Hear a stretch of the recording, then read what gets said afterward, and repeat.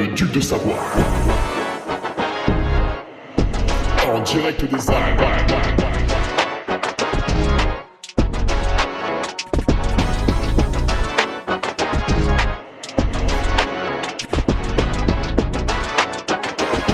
Le podcast de Hugo Ferrari.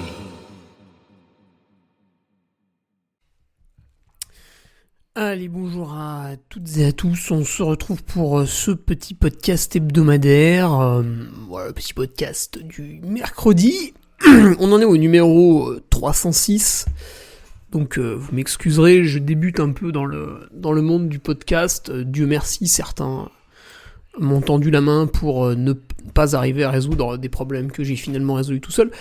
Podcast numéro 306, réussir sa course à étapes grâce à la drogue. Ah oui, puisqu'en trail, on aime ça, la drogue, on en prend beaucoup. On le dit pas parce que c'est contre les valeurs écolo qu'on essaye de transmettre, alors qu'on va sur des courses avec des voitures diesel. Mais on est, réussir la course à étapes grâce à la drogue. Une question qui m'a été posée par Antoine Debeau, qui est patriote. Et nous allons voir quelle drogue choisir, justement, parce qu'il y en a tout un tas qui sont à notre disposition, certaines légales, d'autres non, celles-là on les laissera de côté. Mais tout d'abord, un petit coucou, un petit merci aux nouveaux patriotes qui ont rejoint cette secte. Je vous rappelle que je suis votre gourou, et que c'est bien une secte, puisque vous donnez de votre argent pour y participer, donc on est vraiment dans le concept de la secte, avec un culte de l'image stalinien, pour celles et ceux qui ont ouvert un peu leurs oreilles en cours d'histoire. Alors, les petits nouveaux, Julien Cernieux, Simon Priou, Thibaut Fagiani, Thibaut Close, Rémi Lauer, Aurélien Velu, Stéphane Sponga, Nathan, j'ai que le prénom, Louis Buchon, Yann Gaboulot, Aurélien Grindor, Anthony Catazzo, Xavier Geoffroy, Pierre Augeron. J'ai cru que le chat arrivait. Rémi Grégoire, César Wallert. Voilà pour les nouveaux. Alors écoutez, bienvenue sur le Patreon. Alors le Patreon, qu'est-ce que vous avez à votre disposition ? La revue de presse. La revue de presse, tous les lundis, avec ce lundi, nous avons un très beau débrief. Alors bien sûr de la course saucisson, pour se mettre sous la dent. Mais aussi le Chianti by UTMB avec un premier beau plateau d'athlètes. De toute façon, depuis que les UTMB World Series existent, j'ai toujours dit que pour que ça casse la baraque, il fallait qu'il y ait une belle épreuve fin d'hiver, début de printemps. Donc c'était le 23 mars, on y était quoi. Plutôt en Europe, parce que le gros niveau est en Europe. Même si j'en vois déjà un là au premier rang avec ses lunettes et son air de faillot qui va lever la main en disant monsieur, il y a aussi des Américains et des Asiatiques. Oui, il y en a. Ouais, il y en a. Enfin, il y en a quand même pas énorme. Voilà, même si tu bandes un peu dessus, il y en a pas non plus énorme. Et puis surtout, vu que ça fait loin, en fait, c'est souvent ils ont un peu la flemme de se déplacer. Même si on a vu notre ami Zach Miller qui était un petit peu chonchon après cette UTMB, qu'il a accusé d'avoir des valeurs peu enclins avec l'écologie. Et puis finalement notre Zach Miller, écoute, l'écologie s'est un petit peu assis dessus, et puis il a pris l'avion pour aller faire la Trans-Gran Canaria. Il a pas gagné, il a fait 6ème d'ailleurs, ce qui est une contre-performance à son niveau.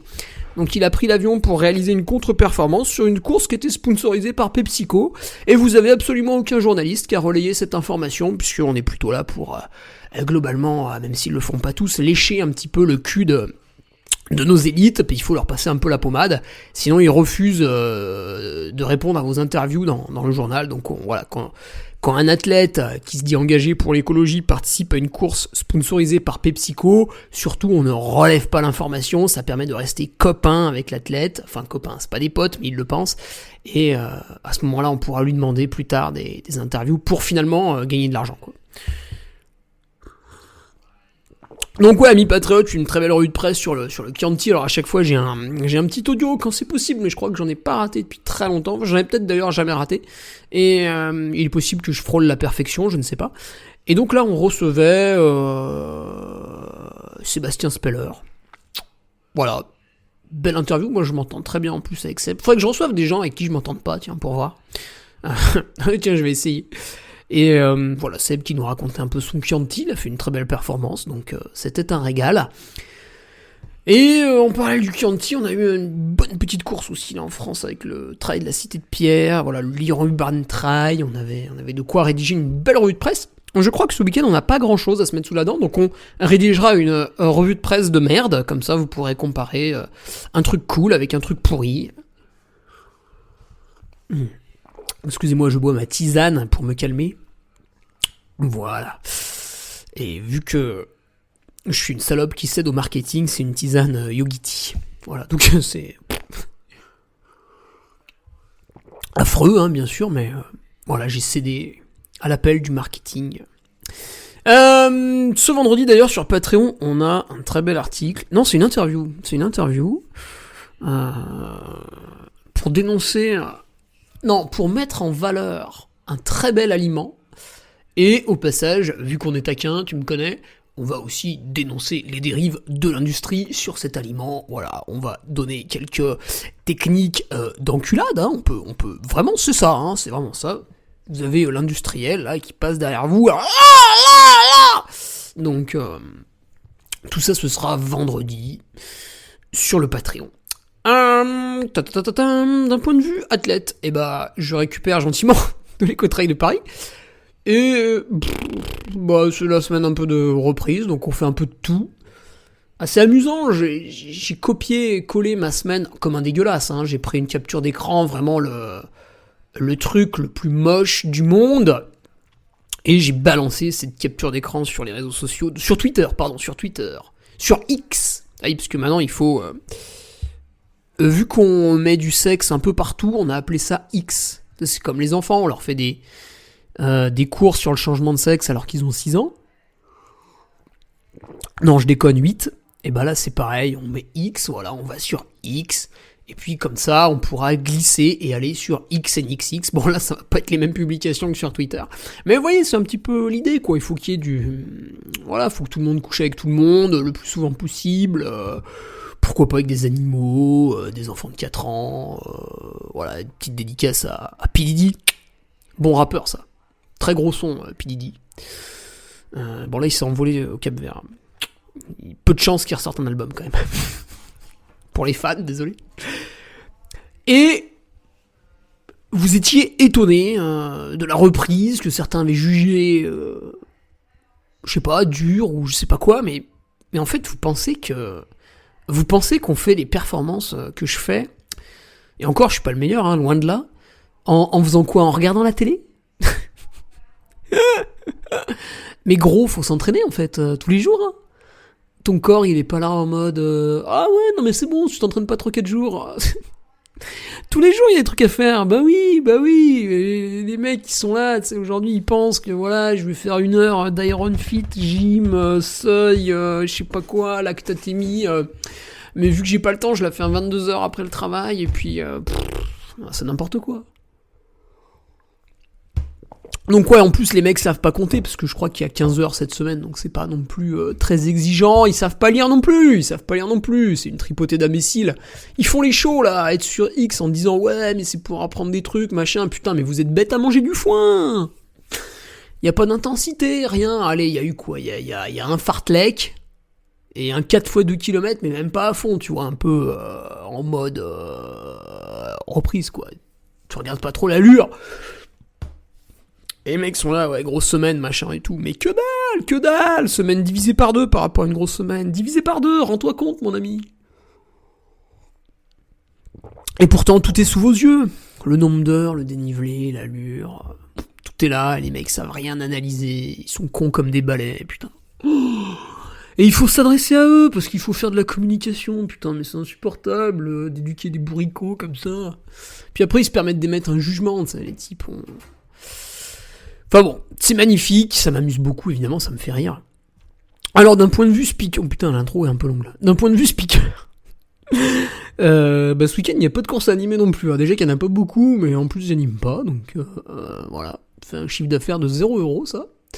Et par contre, j'anime les championnats de France la semaine prochaine. Alors c'est pas plus mal de me reposer entre guillemets ce week-end, parce que comme ça je vais pouvoir bien les préparer. D'ailleurs, je pense qu'on va faire une petite preview sur les favoris sur Patreon, parce qu'il y en a tellement que il y a de quoi raconter. Voilà, donc ce sera vendredi prochain, vendredi 5 avril.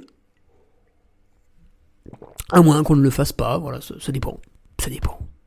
Tout dépend de tout. Tout le temps. Que dire de plus ? Non, pas grand chose. Ah putain, si. Ah si. En parlant du Chianti by UTMB. Bon, déjà, je m'excuse quand même pour ce titre putaclic que j'ai mis, puis vous avez cliqué parce que vous êtes des. Pardon. Et. Le titre putaclic, ouais, c'est vrai, parce qu'en fait, la drogue. Vous vous êtes dit, putain, le Duc va parler dopage. Eh ben non. Ah, quelle entourloupe. Ah, je vous ai bien eu là. Non. Réussir sa course à étapes grâce à la drogue. En fait, le mot drogue était le fait d'être drogué au sport, tu vois. Parce qu'aujourd'hui, dès que tu fais un truc un peu différent des autres, donc en gros, la société actuelle, c'est passer entre 7 et 9 heures par jour à son travail. Je dis pas travailler, hein, parce que vous êtes présent sur votre lieu de travail, je pense pas que vous êtes tout le temps en train de travailler. Alors il y en a qui vont me dire que si, s'ils aiment bien se la péter, se valoriser. Bon, je pense, le salarié glande quand même beaucoup. Ça, c'est depuis qu'on a arrêté les coups de fouet. Ou le fait de pouvoir te virer le lendemain. Ça, c'est très intéressant comme concept. C'est très intéressant parce que du coup, le nul dégage et le bon reste. C'est comme ça que tout devrait fonctionner d'ailleurs. Mais bon. Nous, on garde les nuls. On aime bien. Ça nous amuse. Bon, du coup, j'ai complètement perdu ce que je voulais dire. Ouais, drogué à tout dans le monde actuel. Parce qu'en fait, si tu fais un peu de sport, les gens vont dire, ouais, t'es drogué au sport. Parce que les gens, quand tu leur demandes de faire 1 heure de sport tous les 2 jours, c'est un effort hors du commun, quoi. Alors que leurs grands-parents, ils étaient dans les champs toute la journée. Et là, le mec, tu vas lui dire, ouais, peut-être, après 2 jours passés sur ton ordi à envoyer des mails, tu pourrais faire 1 heure de marche. Oh non, mais tu te rends compte, j'ai pas le temps. Et toi, mais toi, t'es un drogué au sport. Toi, c'est, voilà, y a que ça qui compte. T'es drogué au sport. Oh, c'est infernal. C'est infernal. J'aurais jamais pu tenir longtemps en tant que salarié, j'en aurais tué. Hein. Bon, d'ailleurs, au bout de 3 semaines, il y avait déjà eu une altercation avec mon supérieur, qui était rien d'autre qu'une banane. Voilà. Bon, je voulais adresser mes félicitations à Dakota Jones. Alors Dakota Jones, si vous ne le connaissez pas, c'est un athlète américain qui est très très fort, hein. Il a fait 3ème de la CCC l'an passé.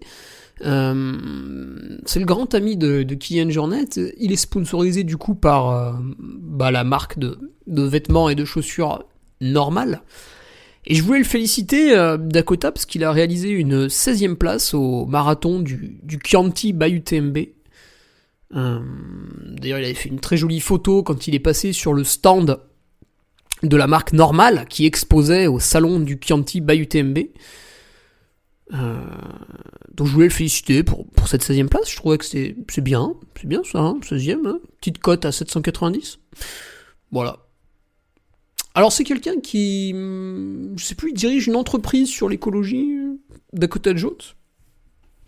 Donc voilà, je voulais le féliciter pour cette 16ème place au marathon du Chianti. Voilà, c'est très bien, bravo. Et il y en a un autre que je veux féliciter pour sa performance ce week-end. C'est Luca Manfredi. Parce que il se drogue plus, Luca. Enfin, je pense, hein, vu la médiocrité de ses résultats. Et il a terminé 19ème en 10h54, là, au Chianti. Donc il a mis 1h54 de plus que mon frère, alors que mon frère travaille 41 heures par semaine. En Suisse, donc il travaille vraiment.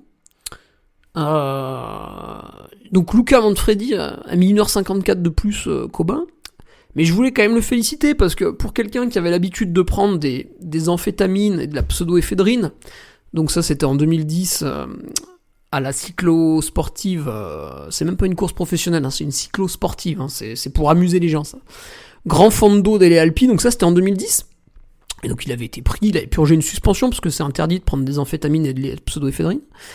En 2021, au Lavaredo, il avait subi un contrôle. Alors, il avait tenté d'abandonner avant de faire le contrôle, mais bon, malheureusement, il a quand même dû pisser dans un pot.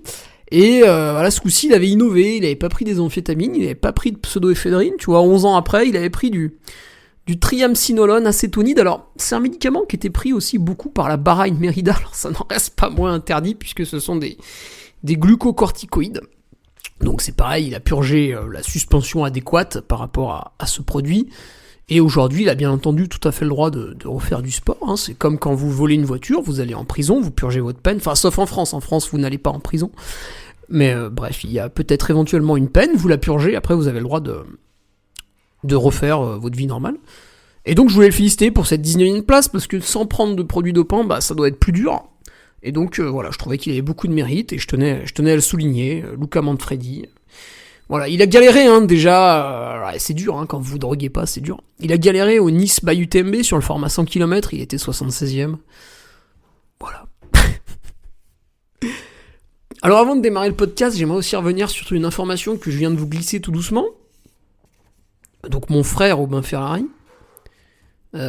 qui évolue actuellement sans sponsor.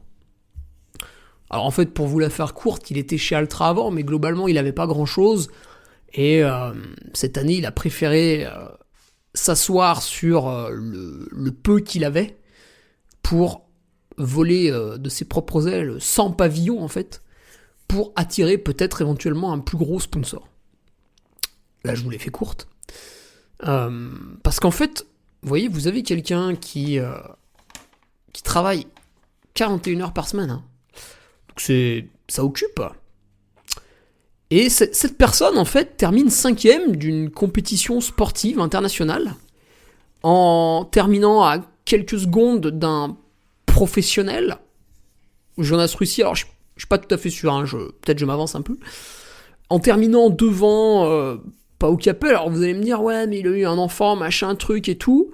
Je suis d'accord. J'aimerais juste préciser que l'année où Jonas Bö a eu un enfant, il a gagné la Coupe du Monde de biathlon. Et là, Pau Capel a eu un enfant et il se fait battre par un amateur qui travaille 41 heures par semaine. Je sais pas si vous vous rendez compte de la différence. Voilà, on peut noter un Scott Hooker, l'ami Théo Le Boudec, mais il est d'une jeunesse extrême, donc il est en train de chercher un peu le bon entraînement, tac, 23 ans, c'est pas pareil que Pau qui en a 31. Donc, voilà. Que font les autres ? Que font les autres, là ? Nos amis professionnels, là, à part des stories, des réels Instagram, des posts pour justifier la prise de 78,9 grammes de glucides à l'heure parce que grâce à un coach je sais pas quoi, c'était pile poil le bon dosage pour leur morphologie. Vous êtes où là quand il y a un mec qui bosse 41 heures par semaine qui vous la met comme ça là ? Ah, on vous entend plus trop. Alors on va rigoler encore au Lavaredo, parce qu'au Lavaredo donc c'est magnifique, vous avez les index UTMB. Et Aubin donc participe au Lavaredo, il a le 19e index. Sachant qu'il a une cote moyenne à peu près 850. Et moi j'ai à peu près 800, donc j'ai encore eu 800 à l'Ecotrail de Paris. Je crois qu'en fait, toute ma vie, l'index UTMB va me donner 800, quoi que je fasse. Et donc j'aurai au départ du Lavaredo peut-être la 40e cote, tu vois, la 50e cote. Et du coup je vais être obligé de battre ces gens-là, tu vois, de finir devant eux alors qu'ils ont toutes les cartes en main pour réussir. Mais que font-ils en fait ? Que font-ils de tout ce temps libre là ? À part des conneries. En fait, ils savent pas s'occuper, tu vois. Ils font du sport récréatif parce qu'ils ont pas d'occupation concrète. Je sais pas. C'est très troublant quand même, ce trail running, c'est une discipline vraiment à part. C'est très, très troublant. Enfin bon, voilà. Oui, mais il fera mieux plus tard. Oui, bien sûr. Non, mais moi aussi, je peux sortir la flûte de Pan, tu vois. On va jouer une petite partition, là, en si bémol mineur, là, ça va être sympathique. Alors, le sujet du jour. La course à étapes. Et oui, comme Lance Armstrong dans ses belles années. Réussir sa course à étapes. je vous enlève le grâce à la drogue, c'était vraiment pour mettre un titre à la con. Donc, Antoine part du constat, ou de... Enfin, son énoncé, c'est ça, c'est ouais, duc, machin, truc, bidule. Ça, c'est un patriote, donc d'abord, il y a le cirage de pompe, et après, il y a la question qui arrive. Parce qu'il faut que le mail soit protocolaire. Donc, dans le protocole, vous avez, hop, le cirage de pompe au début. Ça, c'est très très important, il faut qu'il y ait un texte bien construit, bien amené, qui me fasse sourire, et après, je peux lire votre question.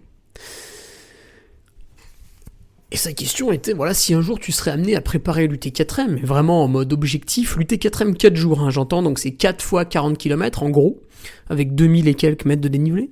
Si tu serais amené à préparer ça, comment tu t'y prendrais? Et puis, donc du coup, voilà, comment tu t'y prendrais sur le plan de l'entraînement, de la nutrition, de la récup, du pacing pendant les cours, pendant les étapes. Donc là, en fait, il nous a parachuté un peu tous les mots, les mots qui sont répétés dans les vidéos, dans les magazines, dans les trucs, les machins, sans qu'on sache ce que c'est, ni ce que ça cache, ni ce que ça engendre. Et aujourd'hui, on va les détailler un petit peu, plutôt que de vous proposer du contenu vide avec des jolis mots, mais derrière aucun truc pratique.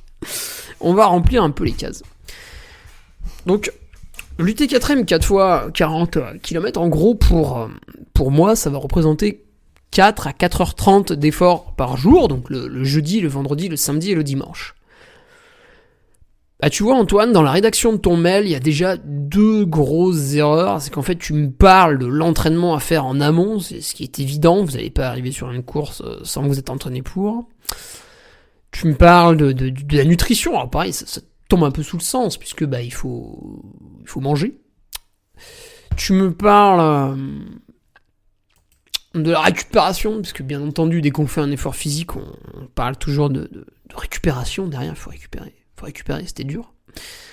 Tu me parles de pacing, parce que bien entendu, on va pas courir comme au départ d'un 100 mètres. Mais tu oublies 2 choses qui sont essentielles. La première chose, c'est que... Enfin, les 2 choses, en fait, regroupent la logistique. C'est le transport et les nuits d'hôtel. Alors, ah merde, j'ai plus de tisane. Alors, le transport, en fait, c'est 4 fois 40 km. Donc, ce sont 4 étapes qui sont autour de Grenoble. Le premier jour, vous faites le massif du Vercors. Le deuxième jour, vous faites le massif du Taillefer. Le troisième jour, vous faites le massif de Beldon. Bon, là, ça boucherie. Et le 4e jour, vous faites le massif de Chartreuse. Et donc, à chaque fois, vous avez un départ. Donc, le premier jour, il est à Grenoble, évidemment. Enfin, à Cessin-Cessinet. Et une arrivée qui est à Vif. Donc là, vous êtes à... Je sais pas, ça dépend où vous logez dans Grenoble, mais il y a bien une petite demi-heure en bus, on va dire. Parce que vous utilisez les navettes pour vous rendre au départ. À moins que vous soyez un port. Ah bah, si vous êtes un port, vous pouvez y aller avec votre propre voiture. Et dans une optique de performance, il faut être un port. Et s'y rendre avec sa propre voiture. Je vais vous expliquer pourquoi, je vous encourage à polluer. Donc le transport, il est avant la course, parce que vous vous levez dans votre hôtel, et vous allez au départ. Donc les départs, ils sont à Cessin, ils sont à Vif, ils sont sur une route horrible qui mène au Bourdoisan, et le 4e départ, c'est à Saint-Imier, voilà, juste à côté de Crolles. Donc à chaque fois, vous misez entre 20 et 40 minutes de transport, voilà, suivant si vous avez votre voiture perso et que ça roule bien, ou si vous avez la navette. La navette des gueux. Ah, le transport en commun, c'est très gueux. Cette navette, vous allez la prendre donc 30 minutes le matin et puis 30 minutes le soir. Pour prendre la navette, il faut se rendre au point de rendez-vous de la navette. Donc là, ça nécessite déjà un certain temps. Ce point de rendez-vous, faut y arriver en avance pour prendre la navette à l'heure. Donc on rajoute encore du temps. Et ce temps, il est doublé parce qu'à l'arrivée, c'est pareil. La navette vous redépose au point et vous retournez à votre logement. Donc vous avez non seulement 30-40 minutes de navette, mais vous avez aussi peut-être 20-25 minutes pour aller à ce point de rendez-vous et attendre. Donc on peut compter facilement une bonne heure de transport avant la course et une bonne heure de transport après la course. Vous voyez, ça monte vite quand on additionne tout. Ah non, mais les maths, c'est très très chiant. Les maths, c'est très très chiant. Donc ça monte vite. 1 heure de navette le matin, 1 heure de navette l'après-midi. Il y a un deuxième problème à ces transports, c'est que quand vous passez la ligne d'arrivée, en fait, il faut très rapidement que vous alliez prendre une douche, manger, vous relaxer. Et le problème, c'est que vous passez la ligne d'arrivée. Alors, je crois qu'il y a des consignes pour retrouver le sac qu'on avait laissé le matin dans la navette. Pour y être allé une fois, il me semble que c'est comme ça que ça se passe. C'est plutôt bien foutu d'ailleurs. Très bonne organisation. Et cette navette, bah vous allez l'attendre en fait. Parce que vous ne pouvez pas, enfin, à moins d'avoir un coup de bol, vous n'allez pas arriver pile poil 5 minutes avant de prendre la navette. Vous allez arriver, puis peut-être il va falloir l'attendre une demi-heure, 1 heure. Et alors, pendant cette heure, vous avez accès, bien sûr, au ravitaillement, qui est plutôt bien fait.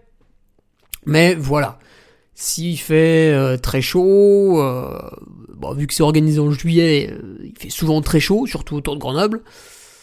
Ça peut être un peu délicat, enfin on peut être quand même déjà dans un truc un peu emmerdant.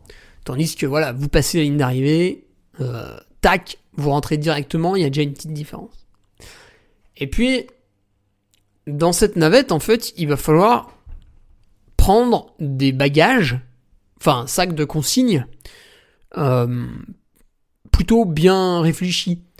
Alors, des affaires de change, pas forcément, parce que vu qu'il fait très beau et très chaud, vous n'aurez pas forcément besoin de vous couvrir. Après, ça mange pas de pain de prendre un petit kawaii, mais à moins d'avoir vraiment pas de chance niveau météo. Bon, ça c'est pareil, c'est à voir suivant la météo, il va falloir prendre des affaires. Ça peut être aussi une petite serviette, voilà, pour le temps que la navette reparte, bah, vous lavez les jambes dans un torrent, etc. Enfin, avec la sécheresse, c'est emmerdant, il n'y a plus de torrent, c'est vrai ça. Ah, c'est embêtant le monde moderne. Ensuite, il va falloir tout de suite vous réalimenter. Alors, le ravitaillement, c'est bien, ça suffit dans la plupart des cas. Maintenant, c'est pas hyper optimal parce que le ravitaillement n'a pas vocation à nourrir des athlètes de haut niveau. Il a vocation à passer un bon moment, à manger des choses plutôt normales, etc. Mais si vous faites vous-même votre sac, bah, ça coûte rien d'emmener un petit shaker. Dedans, vous mettez de la protéine en poudre. Et à côté, vous prenez une petite bouteille de lait d'avoine, par exemple. Ça permettra de se mélanger à la whey. Et en plus, le lait d'avoine est un peu sucré, donc ça va vite vous... Parce que vous avez 2 problèmes, en fait. C'est d'abord réingurgiter des calories, donc bon, plutôt du sucre pour que ça aille vite. Et puis, les protéines, bien sûr, reconstruire le muscle, tout ça, là. Et ça, c'est assez bien de le faire juste après l'effort. Vous pouvez amener quelques petites barres également pour augmenter un peu votre ration calorique. Alors là, ça peut être des barres maison, pourquoi pas même un banana bread. Voilà, le cake à la banane, là. Ça, c'est pas mal, parce que ça se conserve un peu sur les 4 jours. Vous pouvez en faire un complet, puis vous prenez un quart tous les jours, là, tac. Un petit tupperware de riz, voilà, ça doit pouvoir se gérer la journée sans attendre forcément au frais. Alors évidemment, n'y mettez pas une mayonnaise. Mais voilà, des petites choses comme ça pour avoir à manger de manière plutôt saine. Parce que si vous vous nourrissez de coca, de tuc et de saucissons à l'arrivée, sur un tableau nutritionnel, ça va être les mêmes grammages de glucides et de protéines, mais c'est un peu plus dur à digérer, c'est pas top. Voilà, par contre, un tupperware de riz basmati, bon bah oui, c'est pas mal. Un shaker de whey avec du lait d'avoine, bon bah voilà, c'est pas mal non plus. Vos barres habituelles ou votre petit banana bread que vous avez fait avec amour, c'est un peu plus quali, quoi. Pour celui qui veut jouer vraiment la performance, encore une fois, hein, 90% des gens, ils en ont rien à branler, ils sont là pour passer un bon moment, et c'est tout à fait respectable, sauf que ça concerne pas mon podcast. Ah oui, il y a le danger du podium aussi. Ah, d'ailleurs, ça, c'est un truc qui m'a beaucoup étonné au Tour de France.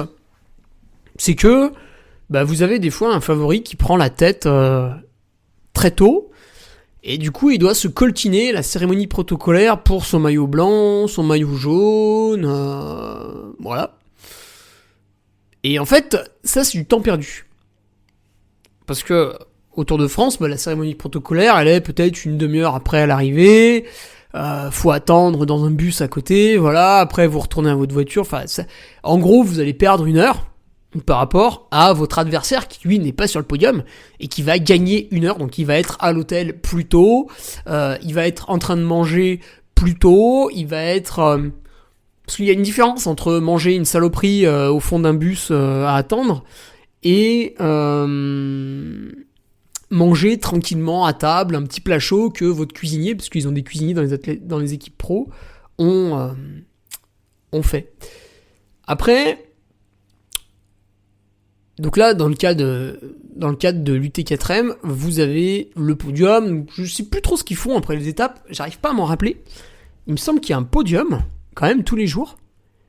Ça devait être le scratch et le premier de chaque catégorie, mais je suis pas sûr. J'ai un doute. Voilà. Bon, c'est pas très grave si on colle pas à la réalité, mais on va imaginer qu'il y a un podium. Et dans une optique de performance, vous vous retrouvez à jouer le podium de votre catégorie ou au scratch. Et du coup, potentiellement, vous êtes appelé au podium. Et là, en fait, c'est emmerdant. Parce que, du coup, vous allez devoir attendre ce podium. Et là, vu qu'on est sur du trail, c'est un peu plus à la cool, donc il est un peu plus tard. En plus, on attend les femmes pour faire un podium mixte. Du coup, potentiellement, on peut attendre un peu longtemps. Alors là, encore une fois, c'est pas du tout misogyne, c'est juste la réalité, en fait. Les faits. C'est les faits. Voilà, les faits sont misogynes, si vous êtes wokiste et que vous avez décidé d'y croire, mais les faits demeurent des faits. Et ce podium, c'est du temps perdu, en fait. Voilà. Donc, la bonne stratégie... Alors évidemment, si vous êtes premier avec beaucoup d'avance, vous n'allez pas vous arrêter. Et tant pis, ce sera comme ça.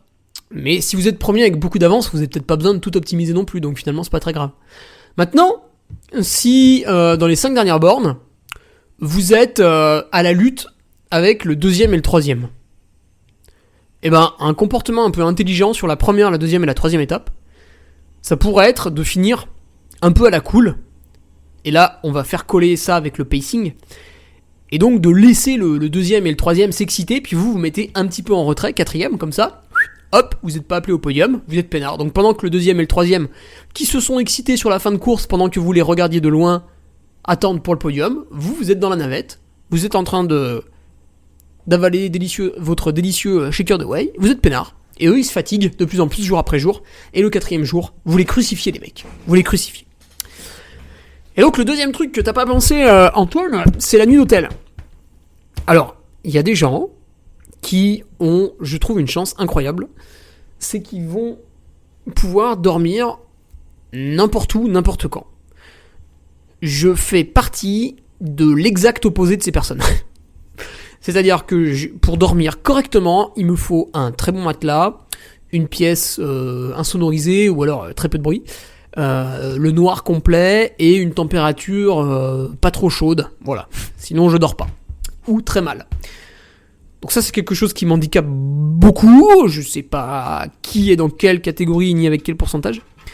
Mais vu que c'est mon podcast et qu'en plus Antoine pose la question à moi et que je parle de moi, je vais donc donner mon cas personnel. Pour faire des bonnes nuits de sommeil, et c'est ça, hein, c'est vraiment la grosse nuit de sommeil qui va optimiser votre récupération. Donc manger et boire tout de suite après l'épreuve et la nuit de sommeil, c'est vraiment deux choses très importantes. Et j'ai besoin de dormir dans un hôtel extrêmement calme.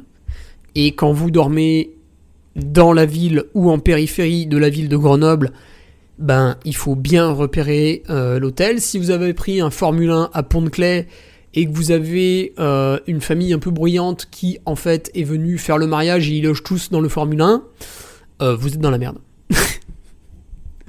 Donc il va malheureusement falloir mettre un petit peu la main à la poche et louer un truc un peu cossu, alors pas forcément un 5 étoiles, mais voilà, un truc un peu carré, qui possède la climatisation. Donc là vous allez effectuer une deuxième action en faveur du changement climatique pour un réchauffement des températures. Donc vous êtes vraiment une très très mauvaise personne avec votre sport de merde là. Et donc il faut la climatisation pour dormir. Voilà, si dehors il fait 40 degrés, vous mettez 25 dans votre chambre et là vous allez bien dormir. Après 28, 29, moi je dors pas, je m'énerve. Et par exemple, un Hugo énervé, qu'est-ce que c'est ? Là, je suis calme. Voilà, pour vous donner une échelle, pour mesurer. À l'abri de la canicule, donc chambre climatisée, à l'abri du bruit, donc un hôtel plutôt cossu, voilà, avec des vrais murs isolés, pas de la merde. Et encore une fois, ça va avec un peu le prix de la chambre, une literie plutôt correcte. Et ça, déjà, il faut bien le réserver dans Grenoble. Alors, il va falloir faire coïncider cette réservation de logement avec un lieu. Enfin, il faut que ce soit pas très loin du lieu où vous prenez la navette tous les jours. Sauf si, bien sûr, je le répète, vous utilisez votre voiture personnelle, étant donné que vous êtes un énorme porc. Mais, si vous prenez la navette, ce serait bien que votre hôtel soit pas trop loin du lieu où vous prenez la navette. Voilà, par exemple, 10 minutes à pied, c'est bien. Mais si vous commencez à prendre, à marcher 5 minutes, à prendre le tramway pendant un quart d'heure, à remarcher 5 minutes, voilà, c'est un peu, ça commence à être un peu long pour aller prendre votre navette. Donc essayez de trouver l'hôtel pas très loin du point de rassemblement. Qu'est-ce que je voulais dire un peu plus sur l'hôtel ? Ah oui, putain, oui, non. Oh, putain, comment j'ai pu oublier ça ? Eh oui, vous pouvez pas louer un hôtel. Eh oui, merde. Vous devez louer un appart-hôtel. Encore plus cher. L'horreur. Quasiment le nazisme. Et oui, puisque il va falloir se faire à manger le soir. Il va falloir se faire bien à manger. Vu que c'est le... Alors, en général, les épreuves, elles partent à 8h, je crois. Et du coup, le premier, à midi et demi, il est arrivé. Après, il y a podium, il n'y a pas podium, le transfert en navette, etc. Bon, on peut imaginer que le mec, à 15-16 heures, allez, on va dire 16 heures, il est à son hôtel, peinard. Et vu qu'il a mangé dans la navette, il peut faire... Alors, une sieste, ça me paraît dangereux, à 16 heures, parce que vous vous rapprochez de votre heure de coucher. Mais il peut faire un petit temps calme, allongé sur son lit, voilà, je sais pas, il regarde le Tour de France. On est en juillet, il y a le Tour de France, c'est génial. Donc il peut regarder l'étape du Tour de France, allongé sur son lit, pour faire plaisir à casquette verte, des bottes de pressothérapie, ça c'est idéal. Si jamais le mec est ultra riche, il fait venir un masseur dans la chambre, là c'est encore mieux. Et puis l'huile de massage, un peu d'arnica, ça c'est idéal. Et une fois que tout ça c'est fini, donc on va dire à 17h, clac, vous mettez les chaussettes de compression, ça aide toujours un petit peu. Évidemment, pas de la merde achetée sur internet, mais un truc qui vous a été prescrit par le médecin, que vous allez chercher en pharmacie et qui vous sert le jambon comme un rôti. Ça marche bien. Quand vous sentez vraiment les pulsations qui remontent comme ça. Ceux qui ont eu des bonnes chaussettes savent de quoi je parle, les autres nagent dans le flou. Et une fois que vous avez fait tout ça, vers 18h, on va faire un peu la tambouille pour manger à 19h30 et puis se coucher à 21h30. Et là, vous avez besoin de l'appart-hôtel en fait pour faire à manger. Voilà, faire cuire quelques petits légumes parce que ça va faire quand même du bien. Vous n'allez pas ne pas en manger pendant 4 jours, ça va être le bordel. Des carottes bien cuites, des courgettes bien cuites, ça c'est des choses que moi je peux manger très facilement d'un jour à l'autre, même si je m'entraîne tous les jours. Voilà, j'en mange beaucoup, donc je suis habitué. Un peu de riz, une viande, des œufs, voilà, des choses comme ça. Peut-être pas faire péter la boîte de sardines le soir, mais voilà, vous avez besoin de l'appart-hôtel pour cuisiner en fait, pour vous faire un vrai repas que vous allez prendre tranquille dans votre assiette, assis à table, voilà, très calme, encore une fois, reposez. Je sais qu'il y en a beaucoup qui apprécient le van, donc là je m'adresse aux bourgeois qui m'écoutent, puisque quand on voit que le van Volkswagen, là, le nouveau, je sais pas quoi, il coûte 80 000 euros, ça titille. Mais c'est vrai que ces trucs sont bien foutus. Les vannes sont bien foutus, mais moi je peux quand même pas dormir dedans. Donc d'ailleurs, l'année où j'ai animé les 4 fois 20 km de l'UT4M, j'avais un van et en fait, la nuit il faisait trop chaud pour dormir, donc ça m'énervait. Après c'est vrai qu'on a tout, on peut un peu cuisiner. Bon, si vous l'avez, c'est bien. Après moi je trouve quand même que ça ne vaut pas le confort d'un appart-hôtel où vous avez quand même plus de place. Parce que le van, c'est vite le bordel avec les affaires. Mais bon, ça après, certains sont très habitués, ça les dérange pas, ils dorment bien dedans, donc oui, c'est bien. Hein. Voilà. Et d'autant plus que, alors après, si vous êtes en famille dans le van, ça va être vraiment le bordel. Mais oui, si vous l'avez au départ, faut que quelqu'un vous l'amène à l'arrivée. Donc, point de vue logistique, faut se creuser un peu la tête. Ouais. Et c'est là où on compte sur son conjoint. Alors, pour répondre un peu à ce qu'il me demandait, voilà, pour optimiser la performance, quel entraînement avant ? C'est toujours pareil, hein, l'entraînement, c'est devenir meilleur, de diverses manières. Voilà, donc là, tu pars pour 4 fois 40 km. Je l'avais fait à l'entraînement, ça. Pour te dire à quel point c'est pas très dur. Je l'avais fait à l'entraînement, 4 fois 40 km, c'était en 2019.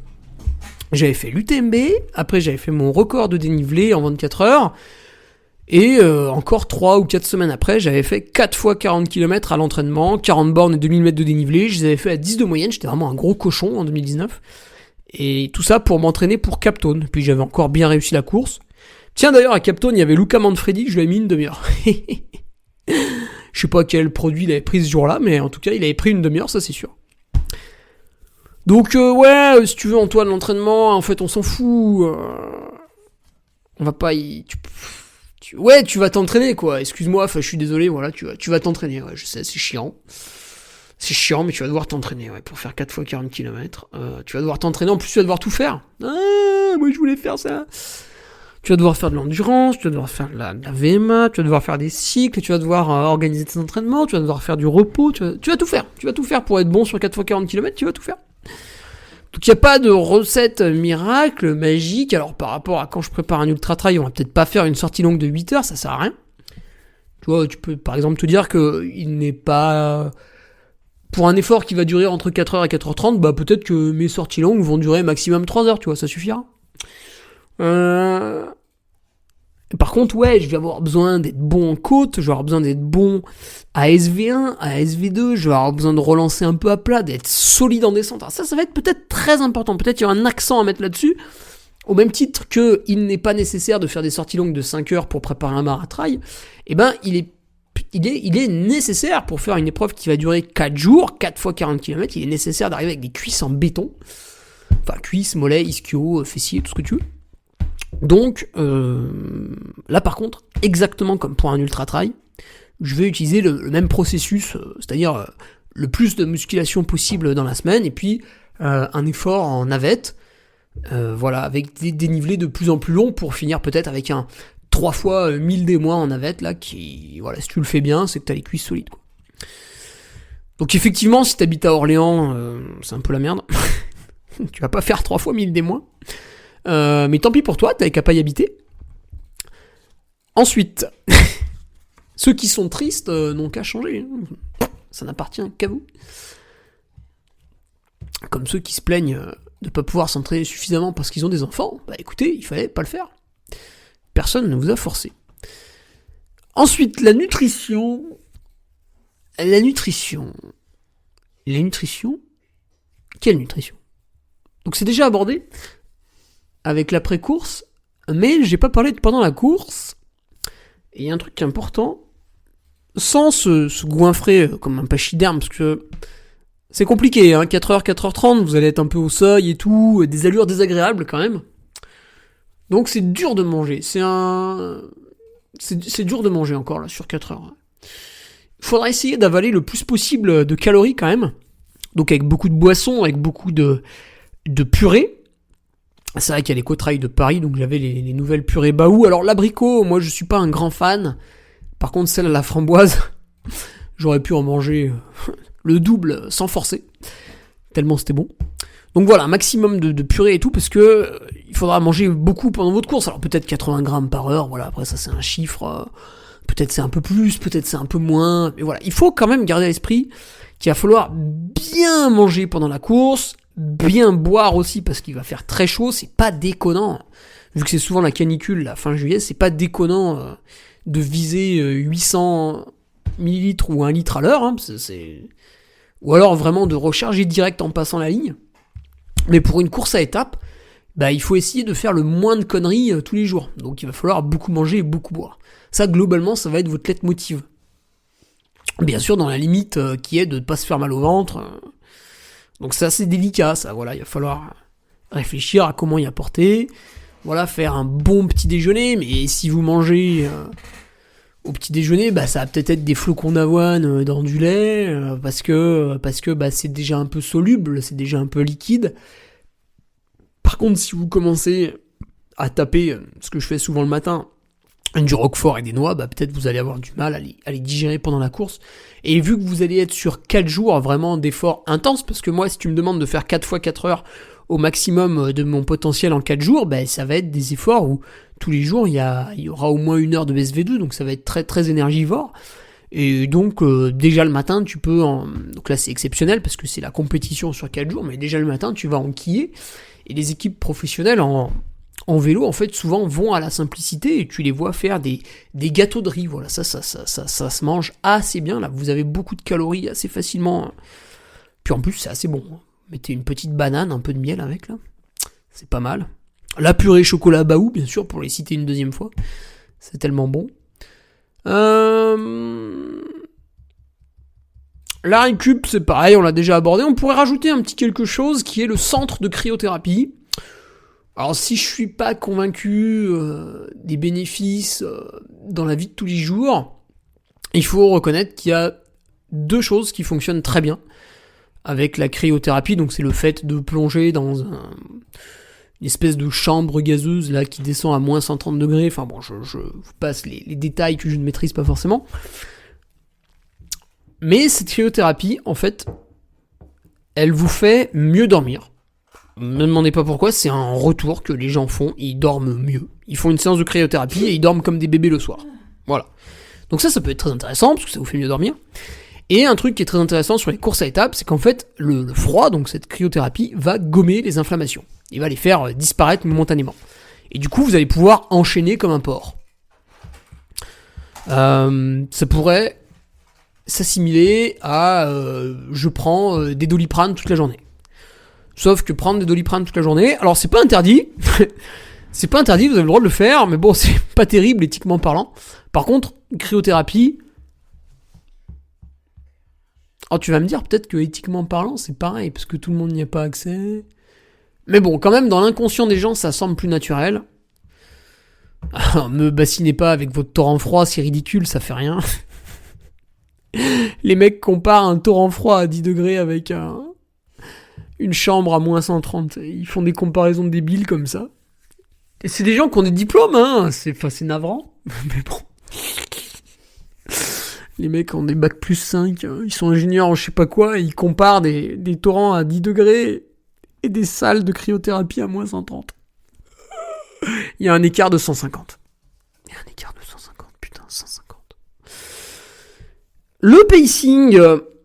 Ouais, donc le centre de cryothérapie, il faut qu'il soit proche de ton hôtel. Alors là, si tu fais un combo appart-hôtel sympa, enfin de bonne qualité, proche du lieu de départ des navettes, proche d'un centre de cryothérapie, là t'es le roi, là. Après, un dernier truc que je voulais aborder, puis on en terminera avec ce podcast, c'est le pacing.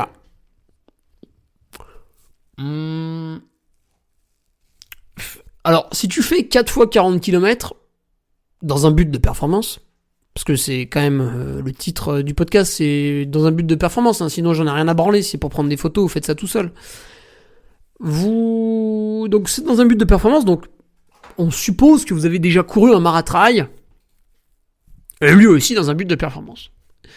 Ce qui fait que l'effort de 4h, 4h30, je le maîtrise, parce que j'ai déjà fait. Là, la petite spécificité, c'est que ça va recommencer le lendemain, et le surlendemain, et le surlendemain. Donc, je réfléchis, et je fais de la préparation mentale. Attention, oulala. Et je visualise un peu mon effort quand je faisais un maratrail tout simple. Je me revois, les intensités que je faisais dans les bosses. Si j'utilisais un cardio, je me rappelle de mes fréquences un peu cibles, à plus ou moins 5-6 pulses, bien sûr. Mais je me rappelle un peu dans quel intervalle j'étais. Je me rappelle un peu de l'essoufflement, je me rappelle un peu de la difficulté. Les descentes, je me rappelle un peu de l'engagement que j'y mettais. Alors en général, on n'engage pas comme un salaud pendant toute la course. Et par contre, la dernière, là, on met tout parce que c'est la dernière descente. Donc finalement, ce qu'on va faire en termes de pacing sur ce 4 x 40 km quand on est habitué aux 40 km à sec, c'est de gérer les descentes de la même manière. Sauf, donc attention, ça c'est en supposant que vous êtes bien entraîné avant. Si vous n'êtes pas bien entraîné avant, j'en ai rien à foutre, tant pis, vous allez à l'échec, je m'en tape. Vous allez bien descendre donc tout le long de la course, sauf à la fin, vous n'allez pas descendre à fond. Parce que quand c'est un 40 km tout court, à la fin vous descendez voilà comme le sanglier là, taillot.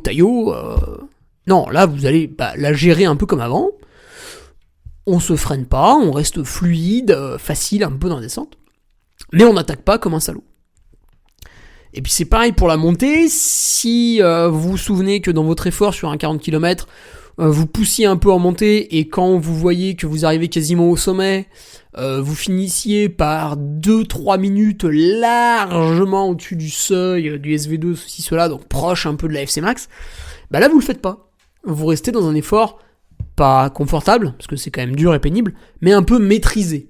C'est-à-dire que vous restez assez haut en pulse, mais cette petite cartouche supplémentaire que vous alliez mettre en disant « Ah putain, dans 100 mètres de dénivelé, je suis arrivé au sommet, vas-y, pour les 4-5 minutes qui restent, je mets un peu les watts. » Et là, vous allez garder une certaine réserve, parce que il va falloir le refaire le lendemain, le surlendemain, etc. Donc c'est les deux seules idées qui me viennent en tête pour le pacing. Après, voilà, c'est un peu comme un 40 km classique, il n'y a pas énormément de différence. Mentalement, vous pouvez garder en tête aussi que, vu que ça fait pas mal d'années qu'ils organisent ça, à l'UT4M, ils ont remarqué, parce qu'ils ont fait aussi des études scientifiques certaines années, ils ont remarqué que les coureurs étaient... là où ils étaient dans le dur, en fait, c'était le deuxième jour. Et du coup, ça, c'est un atout mental, parce que vous savez que le deuxième jour va être un peu plus difficile, et du coup, quand vous êtes au deuxième jour, et que c'est dur, au lieu de vous dire « Ah putain, c'est dur, je vais jamais y arriver », vous vous dites « C'est normal, c'est le deuxième jour ». Et du coup, vous êtes... Alors, ça va pas vous paraître beaucoup plus facile, mais au moins vous êtes rassuré et vous êtes en confiance. Et donc, vous ne stressez pas trop. Enfin, un peu moins, quoi. Voilà. Donc, tu vois, Antoine, en à peine 20 minutes... Enfin, ça m'a pris 20 minutes à préparer ce podcast, à peu près. Peut-être 25, peut-être 30, je ne sais pas, je n'ai pas de chronomètre. Mais dans un laps de temps très réduit, je t'ai donné tous les conseils possibles pour réussir le 4 x 40 km. Donc comme quoi, c'est très facile en fait. Voilà. Allez, on se retrouve vendredi sur Patreon pour une belle interview là, sur l'agroalimentaire. Là, on va rigoler là. Et sinon, pour les non-patriotes, donc vous n'êtes pas soldat du Carmi, vous êtes un simple gueux, et on se retrouve mercredi prochain pour la parole du duc sur son balcon, face au peuple, face à ses gueux. Allez, à la semaine prochaine, salut. Tu viens d'écouter le podcast du Duc de Savoie. Si tu souhaites approfondir avec de pertinents articles d'éminents spécialistes, rejoins le Patreon. Tu feras ainsi partie en tant que fidèle patriote de la très prestigieuse Duke Army. Si l'humour est ton leitmotiv et que tu n'as peur de rien, viens sur l'Instagram. Si tu veux espionner le Duc, car tu es vil et sournois, son Strava est également à ta disposition. Enfin, si tu es vieux, presque sénile et ou débute dans les réseaux sociaux, contente-toi de suivre sa divine page Facebook, les liens sont dans la description. Que Dieu te garde et à la semaine prochaine.